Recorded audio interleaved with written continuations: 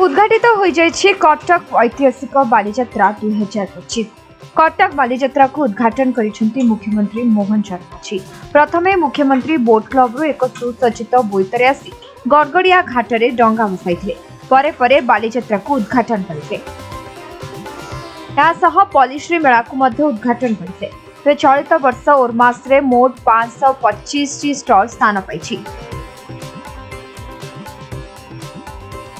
मुख्यमंत्री मंत्री सूर्यवंशी सूरज, कटक सांसद भर्तरी महताब और बारवाटी कटक विधायिका सोफिया फिरदौस उपस्थित थे। बालीजात्रा को उद्घाटन करने पर मुख्यमंत्री एवं अन्य अतिथि माने विभिन्न स्टॉल परिदर्शन करथिले।